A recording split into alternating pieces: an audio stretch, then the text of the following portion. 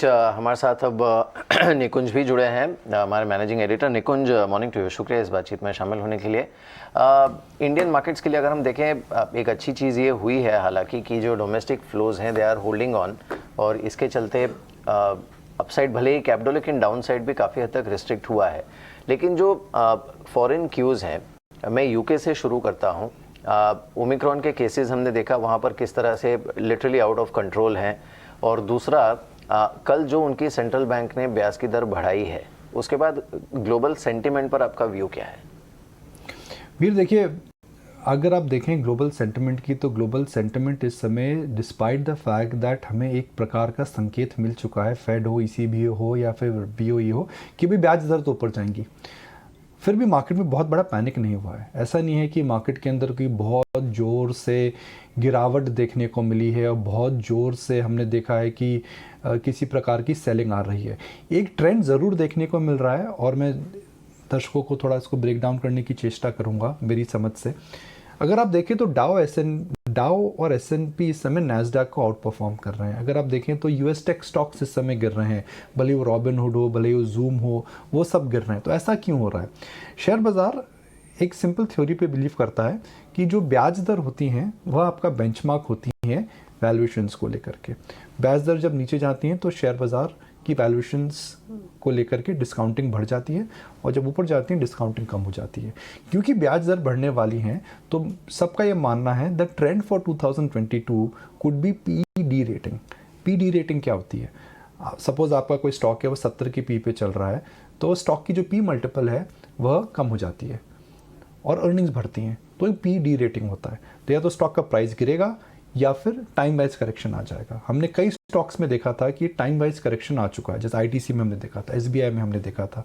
तो 2022 का जो मुझे बड़ा रुख दिखता है वो ये दिखता है that we are in for a PD rating for some of the high P stocks, और नैस्डैक में दिख रहा है यूएस टेक स्टॉक्स करेक्ट होना चालू हो चुके हैं, और जो इंटरनेट कंपनीज थी उनको मार पड़ी है। तो मेरे लिए एक छोटा ट्रेंड नहीं, एक बड़ा ट्रेंड है, और ये इंडिया में भी देखने को मिल रहा है। अगर आप बात करेंगे कि नायका का स्टॉक कैसे गिरा है, पेटीएम को क्या हुआ है, पॉलिसी बाजार को क्या हुआ है, और जोमेटो 160-65 का अब 140 हो चुका है।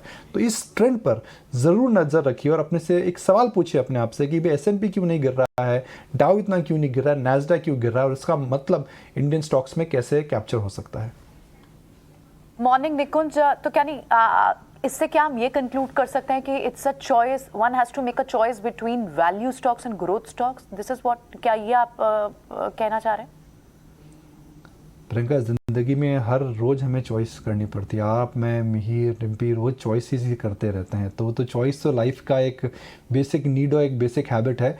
मगर I think rather than dividing life और स्टॉक मार्केट्स इनटू वैल्यू और ग्रोथ, मैं ये बोलूँगा कि इस समय हाई पी स्टॉक्स को आप मत लीजिए।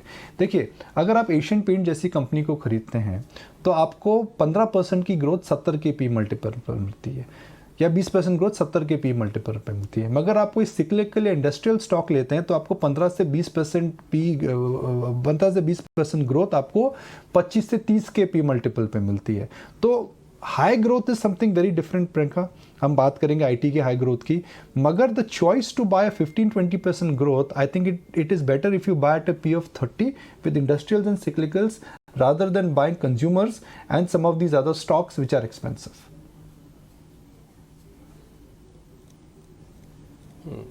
निकुंज, गुड मॉर्निंग। अब हाई ग्रोथ की बात बोल रहे थे, तो आईटी में एसेंचर से जो नंबर दिए हैं और उन्होंने गाइडेंस भी बढ़ाई है, नंबर तो अच्छे हैं ही हैं, वो गाइडेंस भी FY22 के लिए ये कह रहे हैं कि हम 12-15 से बढ़ाकर 19-22 कर रहे हैं। तो एक बार इंडियन आईटी कंपनीज पे आपका व्यू पॉइंट क्या है इसको लेकर?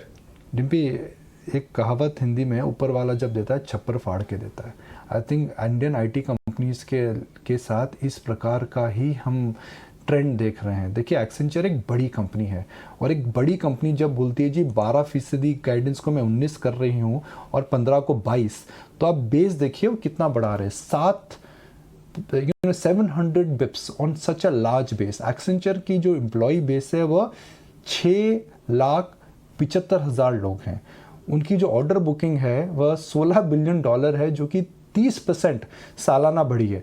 तो जो एक्सेंचर के जो नंबर हैं, एक बार भाई क्लियर इस्टेब्लिश करते हैं कि आईटी के अंदर जो ग्रोथ है वो अनरियल नहीं, वो रियल है और इस लार्ज बेस पर, बिकॉज इन सब कंपनीज का बेस लार्ज हो चुका है। ये 2020 नहीं है साहब, ये 2021 है और हम 2022 की बात कर रहे हैं। तो उस पर भी इतनी अगर ये ग्रोथ की बात कर रहे हैं तो जाहिर है कि इस सेक्टर के जो अच्छे दिन हैं या बहुत अच्छे दिन हैं वह भी बरकरार रहेंगे।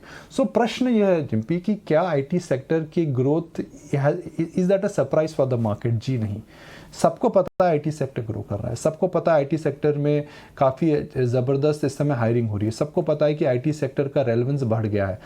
तो क्या एक्सेंचर के नंबर के बाद जो आईटी सेक्टर, जिसको कई विशेषज्ञ बोलते थे जी it is a hold and not a buy, will IT remain a buy? That is trend number 1। Second, क्या एक्सेंचर, इन्फोसिस, टीसीएस का मार्केट शेयर ज़्यादा बढ़ेगा और मिड कैप आईटी कंपनीज का मार्केट शेयर कम बढ़ेगा? यह आने वाले 2 तिमाही में पता लग जाएगा। तो मुझे क्या लगता है, देखिए आईटी सेक्टर के अंदर एक राइजिंग टाइड हुई थी, उस राइजिंग टाइड में छोटा बड़ा मीडियम मिड लार्ज सब आईटी कंपनीज में री रेटिंग हुई थी। क्या आने वाले 2 क्वार्टर्स के अंदर will the main be separated from the boys, will the wheat be separated from the chef? क्या बड़े और छोटे में विभाजन होगा? यह ट्रेंड देखना चाहिए। मेरा मानना है दैट ग्रोथ जो रहेगी, extra growth, industry bleeding growth, वो बड़ी कंपनीज के पास रहेगी। इनके पास टैलेंट है, टेक्नोलॉजी है, ब्रांड है, अंडरस्टैंडिंग है और क्लाइंट्स हैं। तो देखिए कैसे ट्रेंड इवॉल्व होता है। मेरा यह मानना है दैट मिड कैप आईटी इस पी मल्टीपल पे ट्रेड नहीं करेगा। लार्ज कैप आईटी कंपनी के अंदर तेजी है बिकॉज ग्रोथ आ रही है। और दूसरा, रुपया, the weakness in rupee is a serious tailwind for some of the IT companies. एक छोटा सा आपको मैं एग्जांपल देता हूँ, फिर आप करेंगे।